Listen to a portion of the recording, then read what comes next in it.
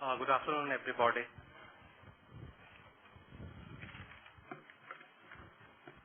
I'm Imanshu Roy, fellow here, chairing the session today, and the speaker will be Aditi Mukherji, who is situated at Kathmandu with the International Center for Integrated Mountain Development, and the director, Professor Mahesh Rangarajan.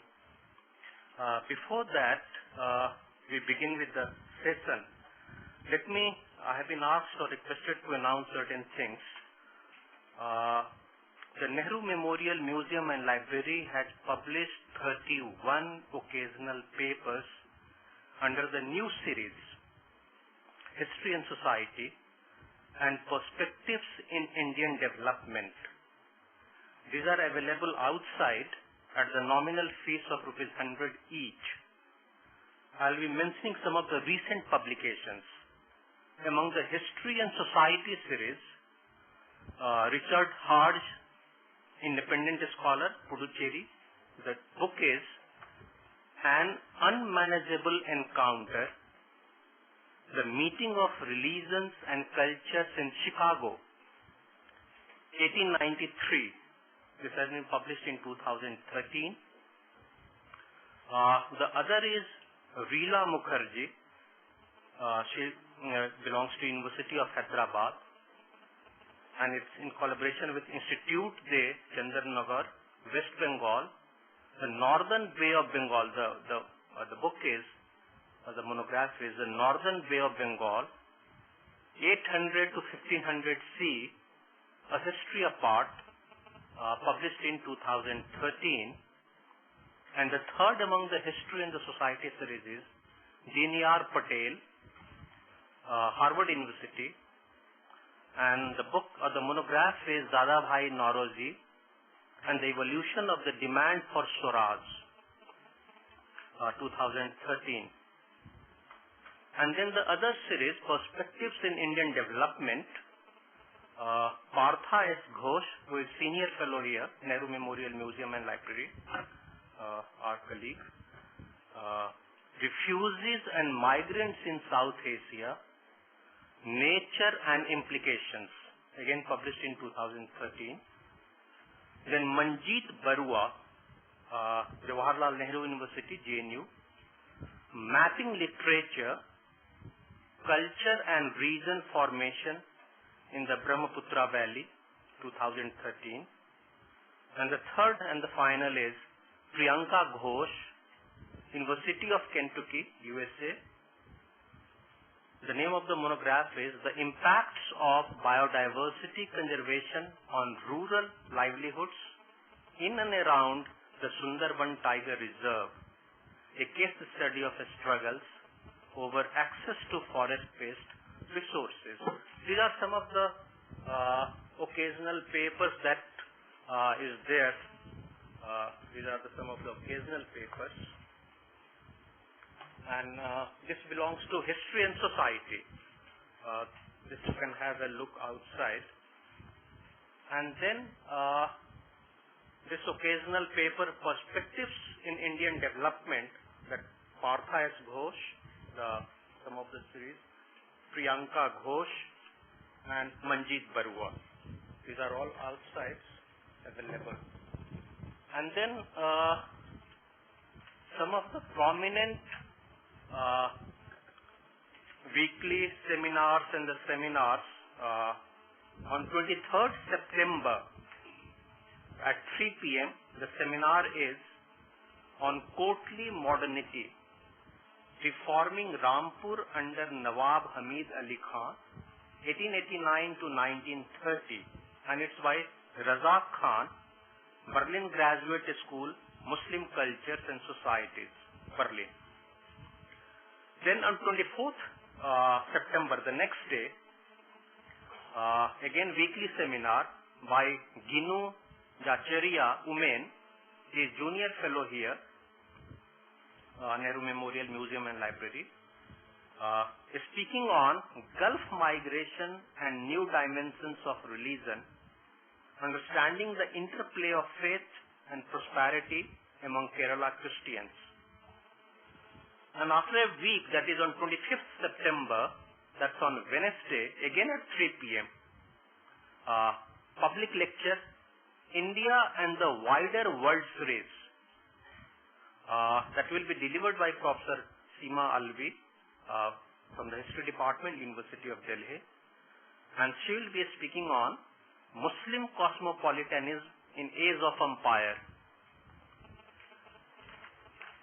On 26th September, that is again Thursday and 3 p.m., public lecture is by Professor Gopal Guru, one of the very renowned social scientists, a political scientist from JNU, and he will be speaking on moral significance of justice for grounding environmentalism in India. Then the next in the series is 30th September 2013, that is Monday, 9 a.m. in the morning. It's a workshop in association with Dr. Rakhi Kalita. She is fellow or colleague here.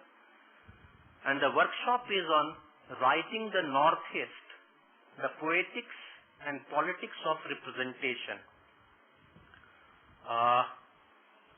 Then 30th September at 5 p.m., the same day, Srikant Dutt Memorial Lecture will be delivered by Professor Hiren Gohain, Guwahati University, Guwahati, and he will be speaking on perspectives on development and Assam. Then the 4th October, that is Friday at 5:30 p.m., public lecture, the Rethinking History Series by Professor Farhat Hassan, University of Delhi, History Department, and he will be speaking on nationalism, nation building, and the historian of Mughal India. 7th October, Monday, 5:30 p.m., seminar, Kshitiz Rana, an architect from New Delhi, and he will be speaking on M.M. Rana, 1919-2012, celebrating the architect. And then finally on 8th October, Tuesday, again 3 p.m., 2013, there is a panel discussion in association with Papia Ghosh Memorial Trust. Papia Ghosh is no longer with us, we all know. Then another is Meena Bhargav from Delhi University. Professor Uday Kumar, of course, our senior fellow here, colleague. And Dr. Imtiaz Ahmad from Khuda Bakhsh Oriental Public Library, Patna. The panel discussion will be on the challenges facing history and social sciences. This is the announcement that I have to make. And let's begin with the discussion on an evergreen revolution in Eastern India. Are we on the right track? By Aditi Mukherji, who is at Kathmandu, and she will be focusing mainly on Bengal and Bihar, on the groundwater, irrigation, etc. Aditi is theme leader and situated at Kathmandu and works on water and climate changes and focuses on the policies of water resources management. She has 2 edited books published by Taylor and Francis and 50 peer-reviewed research papers. And she has, of course, Rockefeller Foundations, World Food Prize Foundations, etc. to her credit. Aditi. Thank you. Good afternoon to all of you, and I first thanks to the Nehru Memorial Library and Museum for inviting me to this public lecture series. I feel honored and humbled at the same time. So the work that I'm going to talk about is, most of us who are working in the area of agriculture, etc., know that recently there has been a lot of talk about promoting a second green revolution in Eastern India. So I have been working on issues of water and agriculture, and some of the work, that's what I'm going to present today. So So briefly about the organization that I represent this intergovernmental organization called International Center for Integrated Mountain Development, which is based in Kathmandu but is owned by the 8 regional government countries of the Hindu Kush Himalayas, and India is one of those. So we were, it's an intergovernmental organization set up in 1983, so it's 30 years now. And so we basically work on the Hindu Kush Himalayas various aspects. Having said that, the work that I'm going to present today is a part of the work that I did when I was with this organization called International Water Management Institute, which is a part of the CGIAR body. CGIAR is a consultative group on international agricultural research. Its headquarters is in Colombo, Sri Lanka, and it has got a number of offices in Asia and Africa, including an office in New Delhi. And I'm delighted to see a lot of my ex-colleagues from New Delhi office attending this seminar, and much of the work that I'll be presenting today has actually been done with collaboration with all of them. So, okay. So I can start. I think I'll take around 20, 25 minutes. Yeah, and then. Okay, yeah. 40 minutes might be an overload for the listeners. So I'll try and limit myself to maybe 30 minutes. And I don't know how the system is, but I mean, for me personally, it's okay if somebody interrupts and asks me a question, but I would just after finish. Okay. So, okay, that's fine. So if we look at the agrarian growth and stagnation, so while I do say Eastern India, but I'll be mostly focusing on West Bengal, where much of my work has been so far.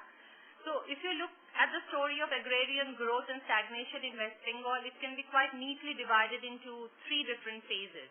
Like in the phase 1 till the 80s, we had this thing about agrarian impasse, and there were books written that this entire eastern region growth rate in agriculture is very slow, and Green Revolution has not really taken up, and books by James Boyce and all actually pinpointed regressive agrarian structure as a cause. And around the same time in West Bengal, land reforms happened, and then what happened in the 80s and the 90s was a high growth rate in agriculture, anything from 4.5 to 6, depending on which numbers you use. But then that had been quite neatly attributed to land reforms alone. But the debate that whether it was land reforms or whether it was a combination of land reforms and new technology, I think has not yet been settled quite well. And that's something we have to do at some point. What happened after that was, since 2000, West Bengal's growth rate has again been stagnating, is very low, less than 2%, 1% around, and my entry point into this whole discussion is, while we have talked a lot about land reform, what has been missing is this aspect of water, and that is what I'm going to talk about today. And our research points to something called energy squeeze. I'll come back to what exactly I mean by that in a while. Now, Bihar is another state. Very briefly, what's been happening in Bihar, in West Bengal, did see a middle, like the 90s and the 80s, there was expansion in agriculture. But Bihar, stagnation has continued. It's like a decade-old stagnation. Bihar's agriculture has not really been growing very well, except very recent years. And in spite of high input intensity, I was very surprised to know that Bihari farmers use a lot of fertilizers, and I don't quite know where those go because it doesn't really show up in the output growth. Perhaps this is also indicative of energy squeeze, and by energy squeeze I mean that farmers do not have access to energy to pump groundwater. I'll come more on that.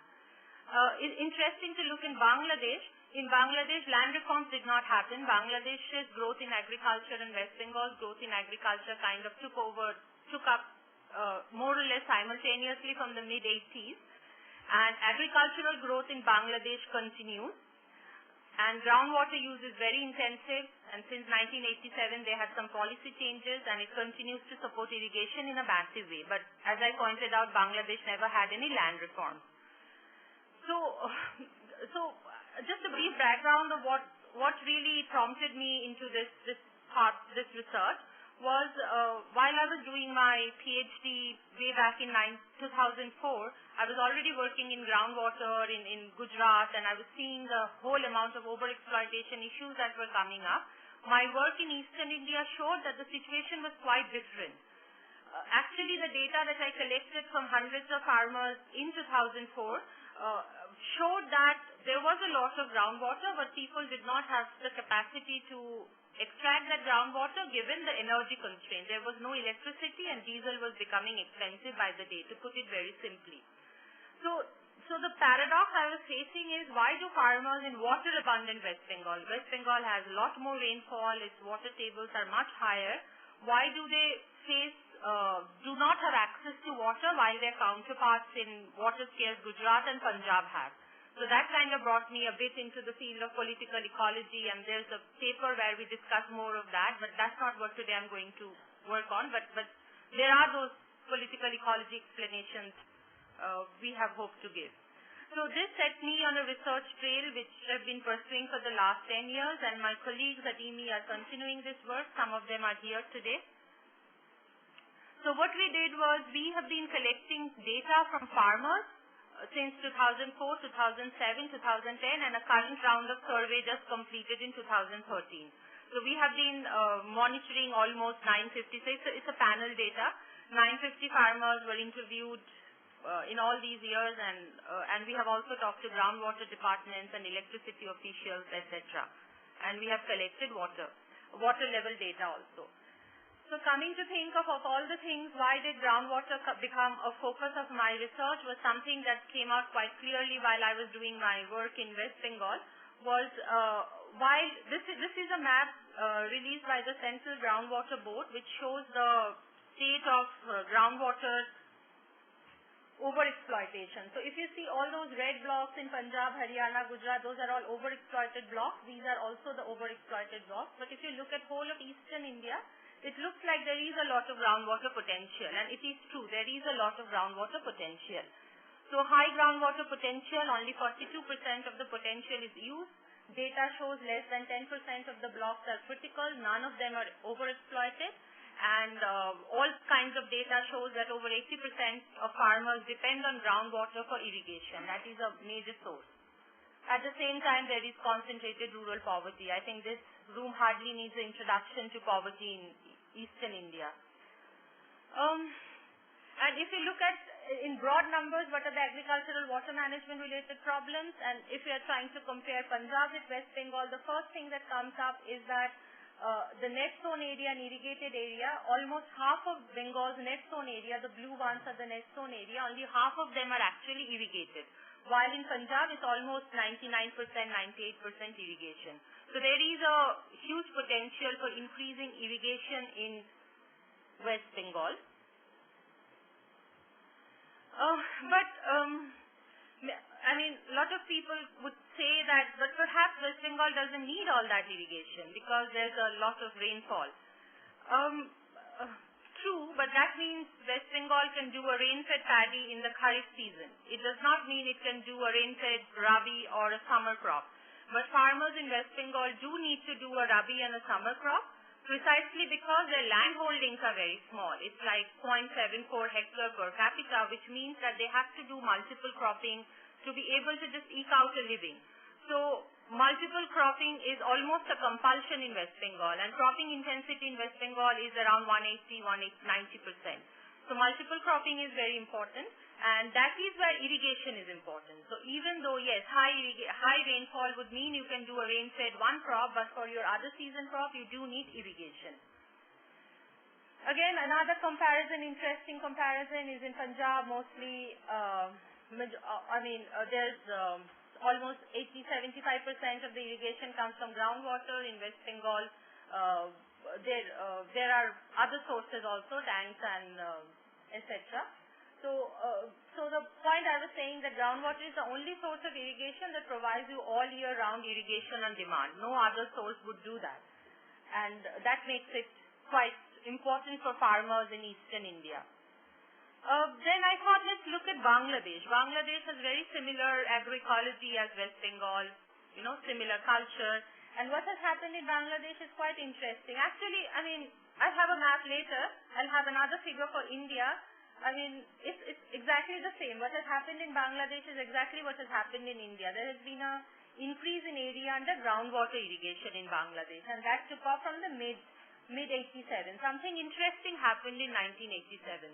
What happened was, before 1987, Bangladesh government had this policy of allowing only high-quality pumps, and by that they meant pumps which were manufactured in Japan or Korea. So they had a restriction on pumps that you could import. And in 87, after a severe drought of 85, 86, they actually realized that liberalizing the pump import regime and letting cheaper pumps come in, mostly Chinese pumps, would lead to more intensive use of groundwater. And since then, actually, groundwater irrigation has also taken off. With this, of course, was high-yielding varieties of paddy, etc. So if you look at Bangladesh, this is what has been happening. Also, these are the number of shallow tubewells in Bangladesh, number of shallow and deep tubewells in Bangladesh. Bangladesh is roughly, I think, somewhat bigger than West Bengal. To give a comparison, West Bengal have 500,000 pumps and Bangladesh has 1.5. So Bangladesh has 1.5 million tubewells, of which 98% are shallow tubewells. And it's also important to mention, but perhaps many in this room already know, that Bangladesh became self-sufficient in rice production in 1999-2000. And that is a very important thing for Bangladesh to be self-sufficient in rice. And also, interestingly, provides diesel coupons and dedicated electricity supply to farmers during boro season. So a lot of my work also took me to Bangladesh often. So in the month of February, I remember once I was there, and the main headline in the newspaper was there would be electricity cut in Dhaka city because they were providing electricity to farmers. So Bangladesh takes this boro paddy and the self-sufficiency in rice pretty seriously. So as I was saying, this is the graph for India. Actually, in India and Bangladesh, we see the same, increase in area under groundwater has been quite stark and quite remarkable. So in India, actually, in the last few years, area under canal irrigation has been falling a bit, and that of groundwater going up, and tanks are more or less stagnant. Since 1970s, groundwater irrigated area has increased, as has number of wells and tubewells. And one of the reasons Green Revolution succeeded in producing as much food as this was partly a lot to do with the groundwater extraction. These are the maps. I really like them because it kind of shows very strongly what has happened to groundwater structure. So each dot here represents 5,000 wells and tubewells, and this is a data that has come from minor irrigation census. So in 1987, India has 6.2 million wells and tubewells. This also includes dug wells, shallow tubewells, and deep tubewells. Then what happens in 94 is another explosion. We have 11.5 million from 6.2 million to 11.5 million. Then come the third census in 2001, we had 18.5 million wells and tubewells. And then in 2007, there were 19.7 million. So this kind of tells how intensive is groundwater use in the whole of India. And not all of it is good, but we'll come to that. But interestingly, if you look at the changes in groundwater structure between 2000, so the third census happened in 2001 and the fourth census happened in 2007. Between that time, if you look at it, then these are the states, Eastern India, where actually in absolute numbers, wells and tubewells went down. I mean, Eastern India is where, in overall, if you also look, if I just can go back a minute. Overall, you can see from 2001 to 2007, there wasn't that much of a growth in groundwater structure. But in Eastern India, the growth was actually negative. In absolute numbers, this declined, which is a paradox because quite contrary to the national trend, number of tubewells has declined in absolute numbers in West Bengal and other Eastern Indian states. And this put in the context of abundant rainfall and low groundwater development is a paradox. So and as a result, quite predictably, area under boro paddy declined from around 1.7 million hectares to less than 1 million hectares from 2000 to 2006. And all of us who have been acquainted with the literature on Green Revolution in Bengal would say that boro paddy was that propelled that growth in the 80s and the 90s. So boro paddy going down is quite a bit. So also, if you look, this is reflected in declining rate of of paddy production overall. So boro paddy contributes to almost, I would say, half or more of the total paddy production in the state, and total paddy production in the state has been declining somehow. So these are the compound annuals. So this has been done by a colleague of mine. Okay, coming again back to Bangladesh, what is interesting is Bangladesh grows boro rice on 86% of the area on which it grows almond rice. So those of you not familiar with West Bengal, almond rice is basically the rice that you grow in the Kharif season, and boro is the summer rice. And in Bangladesh, almost all the area that is used for Kharif rice is again planted with the second crop of boro rice. In West Bengal, that is only 40%. Only 40% of the area where you grow almond rice, you also grow boro rice. So prima facie, there is some scope for expansion of boro area and production. And having talked to farmers, it will be apparent that boro paddy is the crop that farmers really like to grow, because the weather-related uncertainty, flooding is not an issue in that season. The yields of boro paddy are very high. So, and it gives them kind of assured income that almond paddy does not necessarily give. So boro paddy is preferred by farmers. And why is it? Farmers in West Bengal and Bangladesh facing similar agroecology, similar rainfall, similar groundwater conditions, and in spite of the fact that farmers in West Bengal do like to grow boro paddy, are not really growing boro paddy as much as they could. So that would be, in my opinion, an interesting thing to look at. And if you look at it, the impediments to us seem like low rates of pump electrification and high cost of irrigation. So there is groundwater. I think I'll come to that more on that. The groundwater levels are shallow. West Bengal is not Punjab, because Punjab, which is very low rainfall, it has over-extracted its groundwater. West Bengal has a lot more groundwater. It's using a lot less groundwater than it could potentially do. And why is that? And one of the things that kind of becomes obvious is so the whole of eastern India, there is hardly any agricultural electrification in eastern India. That is a major impediment. I mean, less than 15% of the pumps here are electrified, while, above 80% are electrified here. And and dieselized groundwater economy. Now, that was fine in the 80s and the 90s. Because diesel at that point there was one point when diesel was, as cheap as 1 rupee a liter, and at that point not having electricity was not really a big deal, because farmers could still invest in diesel pump sets, and water tables are shallow, they could still extract groundwater. But then over the years, diesel prices have gone up, which means that the crop economics doesn't really work out if farmers are irrigating with diesel pumps. So it is now that the need for electricity is kind of quite urgent. This is an interesting figure. I like it again. This is something given by the Central Electricity Authority.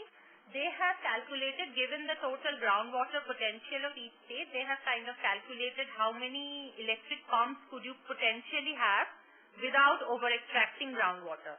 In West Bengal, they say that West Bengal could potentially have 6.5 lakh electric pumps. West Bengal had only 1.2 lakh electric pumps.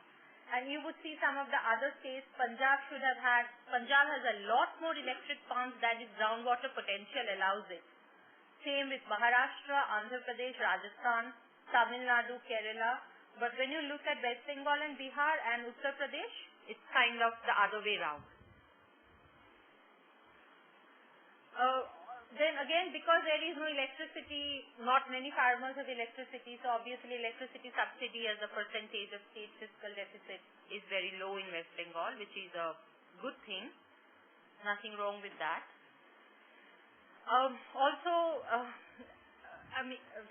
another thing is that farmers here, very often, again, those of us who work on irrigation, groundwater, etc., or even when we read newspapers, one thing that often comes up is farmers get electricity for free, but not so in West Bengal. West Bengal farmers pay full tariff for electricity, which kind of makes it a really interesting state.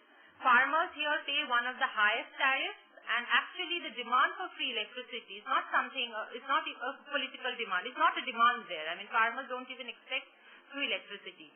For a farmer in West Bengal who depends on a diesel pump, getting an electricity connection and been able to use electricity is a far cheaper option than using diesel pumps. So this entire lobby for free electricity is non-existent in West Bengal.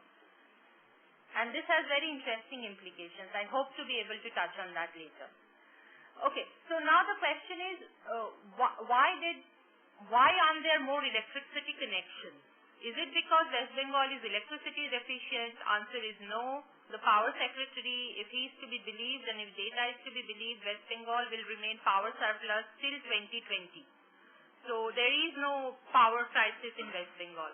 Well, are we running out of groundwater? Again, if the data is to be believed, Central Groundwater Board shows that water table in 90% of the villages is within 10 meters from the surface. And also there are no critical villages, no overexploited villages. So what is it that's stopping electrification in West Bengal? And our research pointed out to a very interesting thing called the Groundwater Act of 2005. What happened in the Groundwater Act of 2005 was there were some concerns about this act was very much a construct of a urban, disconnected, urban intelligentsia, let's put it that way, who had very little idea what was actually going on in the rural areas, and they thought that groundwater use needs to be regulated. And the way they regulated it was by coming up with this act where every farmer, even if for a 5 horsepower pump, needed to get a permit from the groundwater department before they could get the electricity. And most of us know what happens when we are in our country, people are asked to get permits. The permit system really led to a lot of rent seeking and corruption. I have some interesting figures to show that. So this graph shows that what has been happening to electricity connection over the years. If you can see, like from the early 90s, and especially in all throughout the 2000s, the government has been barely giving any electricity connection to farmers. And if I had juxtaposed a map of some other state, I think you would have seen a constantly rising curve. But in West Bengal, this has been happening, that there has been no electricity connection for farmers. And with rising diesel prices, in fact, the 85% of the pumps are diesel run, results in a high cost of irrigation. And those with diesel pumps, our surveys show, could not grow intensive crops like boro, paddy or vegetables, both of which are highly profitable crops. So coming to the basic of my analysis is our studies, and we are only showing some parts of it. It's been written up in various journal articles. We'll have a reference at the end. We can have a look. At the heart of agrarian crisis, I believe, in West Bengal is the energy squeeze that farmers are facing. Given acute land scarcity and high population pressure, farmers have to grow 2 to 3 crops in a year. They cannot do so if they depend only on rainfall or only on surface water bodies. Lot of people will tell you, oh yeah, farmers should use pond water and tank water. But the reality be all those dry up by December or January. There is no water left in those ponds. Canals like GBC, there are 3 or 4 big canals projects in West Bengal.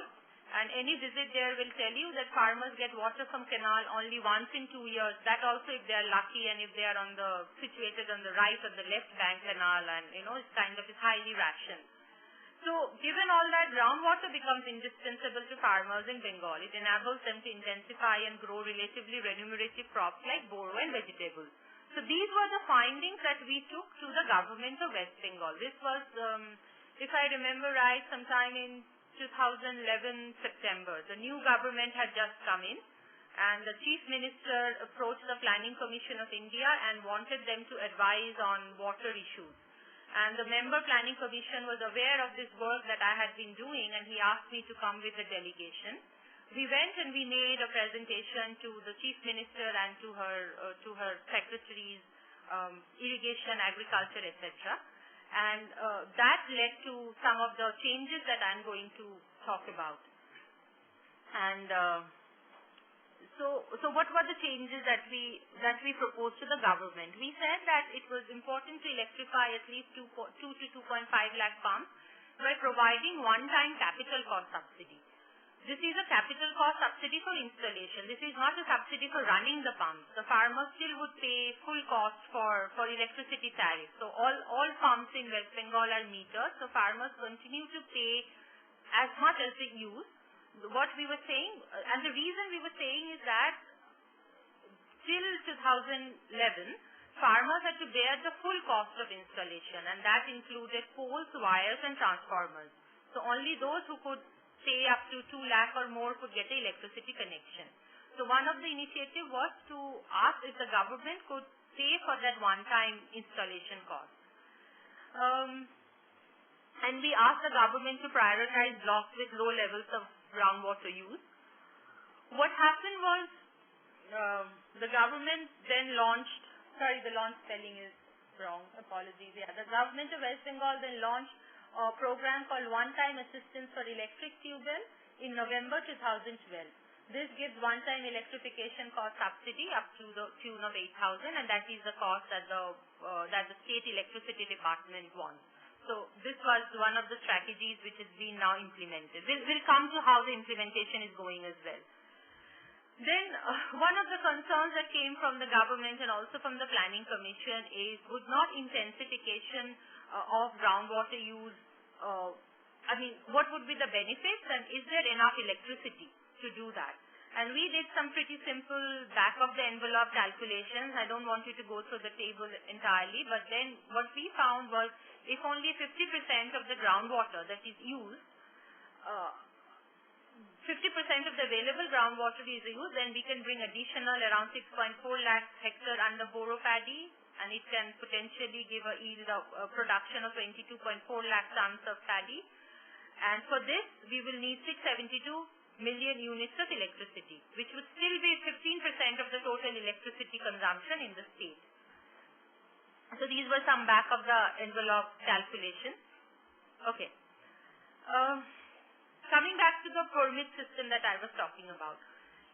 The main impediment that we found, like when we asked farmers, why don't you go for electrification? They would tell us, but madam, we can't get a switch certificate. And SWID is State Water Investigation Directorate.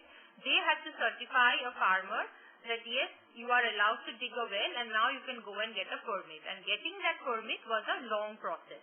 And not only was a long process, but it was also partly irrational, I would think. Because here, let us see, one of the reasons, why do you have a permit? You have a permit because you think that you want to prevent farmers from overexploiting groundwater. By that logic, you would think that districts where groundwater use was higher, those districts would be issuing lesser number of permits. But in reality, what was happening was something like this. You see, these blue ones are this is a percentage of groundwater use and percentage of permits. So this is a percentage figure. So these blue lines by district are the percentage of groundwater that has been used to total renewable recharge. That is a number that CGWB gives. And you would expect that the districts which had a lot of groundwater use should have had a lot more rejection. But actually what was happening in these few districts, see all these North Bengal districts, where there was hardly any groundwater use. Here the rejection of permits was to the extent of even 100%. And what we did was we wanted to understand that it doesn't quite match. You know, in Nodia where you should have been rejecting permits, there were hardly any rejection. The red bars are the permits which were rejected. And while in districts, in Jalpaiguri, Kuch Bihar, you should have been giving as many electric connections, but there they were rejected. And when we investigated it through key interview discussions, we actually went and met all the hydrogeologists in all the offices, and we figured out that the law doesn't really lay out any condition for rejection or acceptance. It's really left to the personal discretion of the hydrogeologist, and some hydrogeologists strongly feel that it is their mandate to protect groundwater at any cost. And some hydrogeologists that farmers are poor people and therefore they need electricity. And it really depends on what their personal beliefs are, and that kind of leads to this, really confusing state of affairs. And what also on top of that was there was a lot of rent seeking and corruption happening. So this was the second recommendation we had to the government, that this permit system is unnecessary. Why is it unnecessary? Because unlike other states where electricity is free, in West Bengal you are giving electricity which is fully priced and it is also metered. So you already have economic instruments in place to make sure that farmers do not over-extract groundwater. Then why do you need another administrative layer which is leading to corruption? So this was a recommendation that was also accepted by the government, and an executive order was passed in November 2001, which said that if you are located in a safe block, you would no longer require a permit. And that was, I think, a landmark decision by the then new, now somehow old government. So, and with this, one of the major impediments was removed. Now, what we have been doing, my colleagues here are there, we have been following up what happened. So changing a law is pretty simple, right? I mean, it's not that simple, but it's still okay to change a law. But how does it get implemented? So we have been actually following up, and very recently, I think, okay, so let's see, I'll come back to that. So we said that, okay, after the law was changed, our recommendation was to implement this law on an urgent basis and in all safe blocks. So let's go back to what is happening. This is the graph I generated this morning. We got this data from West Bengal State Electricity Distribution Company this morning. Not this morning. We got it 2 weeks ago, and I just analyzed it this morning for this presentation. So this is around the time. So this is the year, say 2010-11. Around November 2011 was when the law was enacted. And these were the number of electricity connections given previously, and after the amendment, these are the number of electricity connections. So you can see a huge jump in the number of electricity connections. Another thing that really surprised me this morning was in the last 2 years, the new government has given 80,000 electricity connections to farmers. And 80,000 as a number doesn't mean much unless you put it in the context that West Bengal had only 100,000 electricity connections forever. Like, 50 years, you reach 100,000, and in 2 years, there are 80,000 new connections. So something remarkable is happening in the countryside in Bengal, and that is something we need to follow up. I mean, what is it happening? I mean, would those new electricity connections lead to some changes? Would water tables go down? Or would there be a bumper crop? Would everybody start growing boro paddy? So those are some of the things that we are quite interested in and looking quite carefully into. So this is like basically what this graph shows, that yes, the change in act is working. Farmers are now getting, because they no longer need a permit, they directly go to the electricity department and apply for connection, and they are actually getting electricity connection that they were not getting since the early 2000, if you remember my previous graph. Process of interesting, so I think I can just skip this.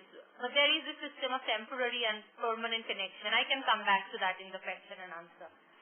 But what is happening is demand for new electricity connection. Imagine farmers have not been allowed to get electricity connection for the last 10, 15 years. So just the kind of demand, the latent demand that there was, and all of a sudden the law changes, and in every year, like, this year some 65,000 farmers applied for new connection. 65,000, of which only around 30-35 were given connection. So what we are finding is demand for new electricity connection outstrips supply, and the gap between the two is increasing. And the reason is, again, lack of dedicated budget for electrification. So while the government has announced that there would be electrification, it hasn't really earmarked dedicated money for it. So the scheme I told you about, one-time electrification, has a paltry budget of 300 crores. And then you think of uninformed investors investing in chit funds and getting a compensation of 500 crores. And you think, are we making the right decisions? So only 30 crores have been allocated for that, when just the back of the envelope calculation that the electricity department says that it takes 2 lakhs to give one connection, all the installation costs. So if you have to meet this demand of 65,000, you need to have at least 1,300 crore of budget for that. So right now, farmers, there is an option that if you can bear the cost, you're welcome to bear the cost. So I believe a lot of that connections are coming through farmers bearing the full cost of electrification. So that could be one. And also, one of the things many people will say that electricity departments are really reluctant to give connection to farmers, because farmers are seen as a loss-making proposition. tariffs are low or they are free, farmers create a lot of trouble, they form a lobby and they want, free electricity, and if you want to collect, you have to go to the villages and you get beaten up because nobody wants to pay, etc., etc. But that story is not true in West Bengal.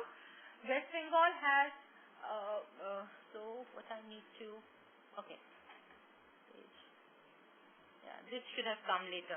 But anyway, what West Bengal has, more electricity connection in West Bengal will mean more income for the electricity utility because electricity is metered and it is, sorry you can't see because of this blob, but the electricity system in West Bengal is also quite high tech. These are remotely read meters, these have a time of the day system, which means different time of the day has different tariffs. So there is a demand management tool embedded into that metering system. So if you use it in the afternoon, in the evening hours, peak time, you pay a lot of money. If you use it in the off-peak, you pay less, that kind of system. So the point I'm trying to say is that, and they have got systems in place. It's apparently, even if a farmer is trying to do funny business with the meter, SMS will get generated and go to the electricity department. So there are systems in place that it's possible. So providing electricity to farmers is a good business, and I think the electricity company understands that, and that's one of the reasons that they're providing that electricity. Having said that, I think it's very important to keep track of issues of sustainability, both quality as well as quantity of groundwater. And I think that's something that needs to be monitored on a regular basis, and the government actually monitors groundwater tables. So the Central Groundwater Board and the State Water Board monitors water table 4 times a year, and using 20-30 years of data, what we find that average depth of water tables recover after monsoon.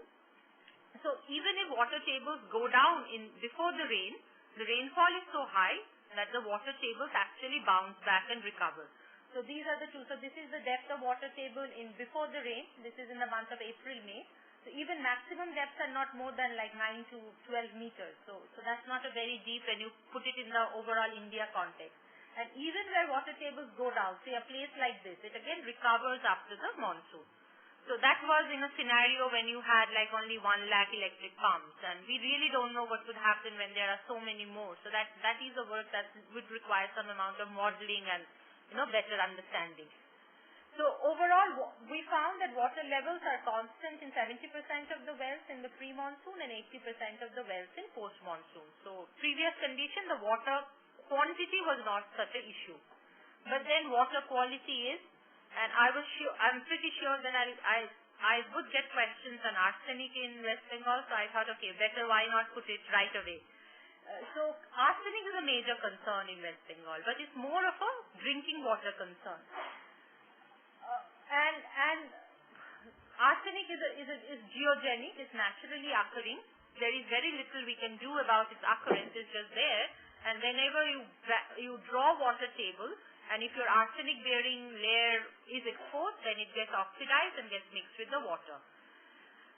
And in my opinion, the only way you can go for 100% arsenic free water is by totally banning groundwater.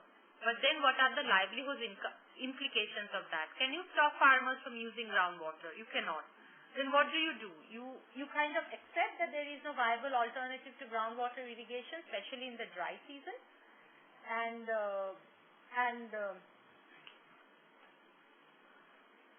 So basically what we need to do is to mitigate ill effects of arsenic. And we have a paper that's coming up in agricultural water management where we have done a systematic review of literature, and we have seen that actually the good news is that a lot of people are actually trying how can we mitigate. Like there is arsenic in water and people will continue irrigating with it. How can you minimize the negative impact? And we found at least 6 broad areas of practices that are being used. Better water management, even proper fertilization, proper proportion of NPK fertilization would actually impede uptake of arsenic by crops. Then cooking methods, if you kind of cook rice in the traditional way and like wash it with clean water and then throw away the extra water, then that also almost removes arsenic in the rice grain to a negligible extent, to a large extent, which means what you ingest is really negligible. Then there are also literature of can we grow anything other than paddy? So that is another possibility. Crops like wheat or maize, because they require less water, also take up less arsenic. And then there is this interesting link about nutritional supplements. Like most other diseases, arsenic also attacks those who have very poor level of nutrition. Malnutrition actually complicates taking up of arsenic by the body. So one of the things that Bangladesh does quite successfully is provide folate supplements to those population at risk. And that seems to have worked. So the idea with the arsenic, yes, there is an arsenic problem. Yes, we have to be careful about it. We have to continuously keep monitoring about it. But simple scaremongering won't do. And that has been happening in West Bengal for the last 15, 20 years. That, so there is so much of written about the extent of arsenic, but not enough written about what can we do to manage that. And I think that is where our research needs to focus.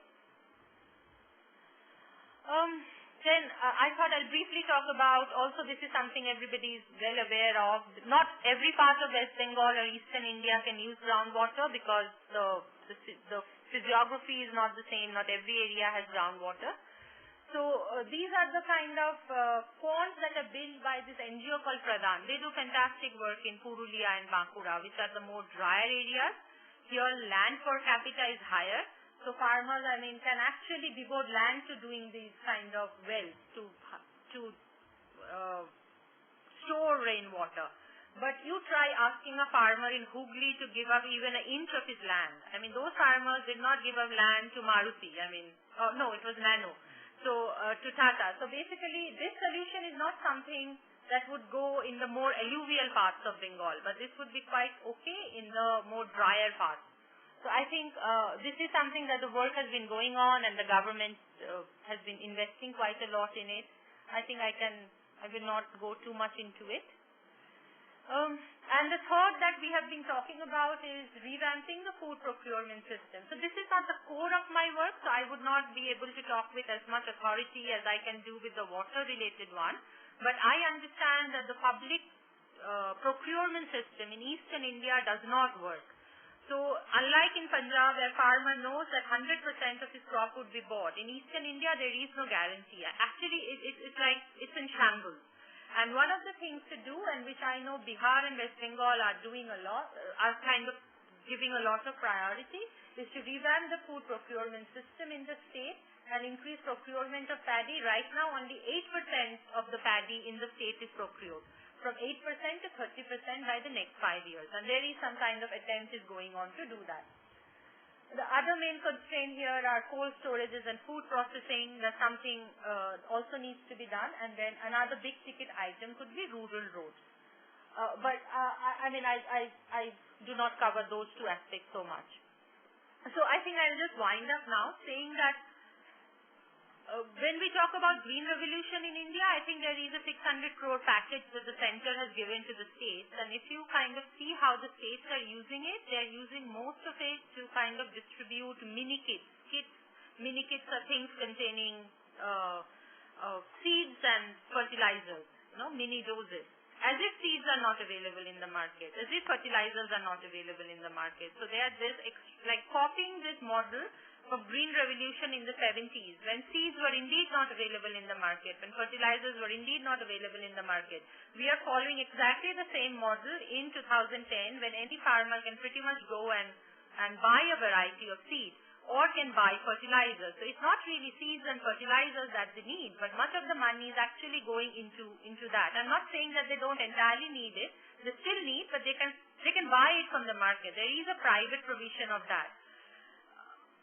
Technologies are available in the market, inputs are available in the market, and the Eastern Indian farmer from his private initiative has done as much as he could.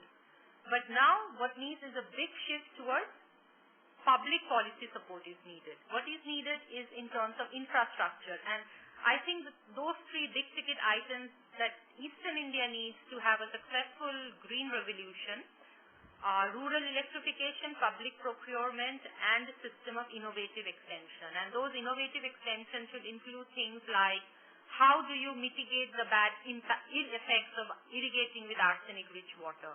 or how do you market your crops to the highest seller? Those kind of, and how do you get information on the weather? Those kind of extension services are needed.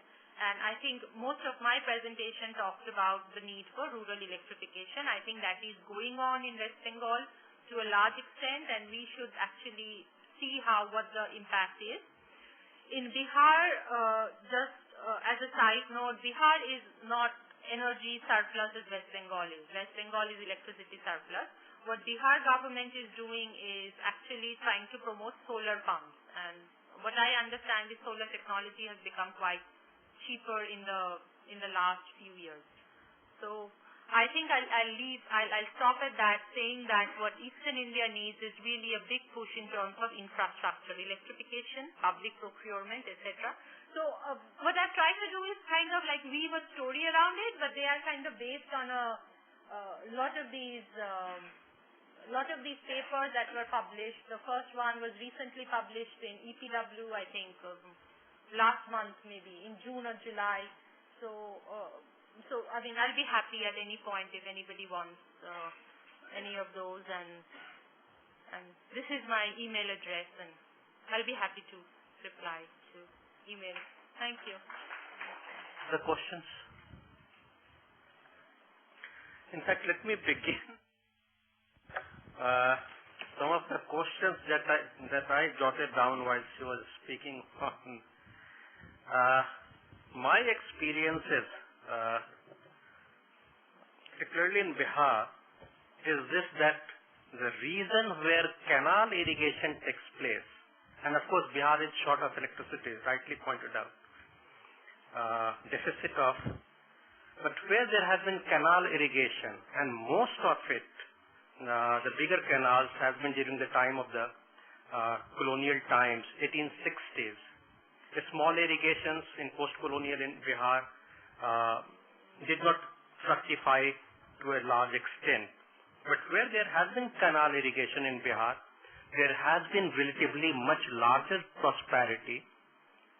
Simultaneously, electrification. Simultaneously, the groundwater level has been maintained. If we go for groundwater irrigation through electrification is good, but if we go for the groundwater, the condition may go, of course, prosperity will be there, but some kind of ecological disaster that Punjab is facing today and Western UP is facing today, not only in terms of depletion of water and its multiple consequences, won't that what she is espousing Bengal may face tomorrow? That's one of my questions.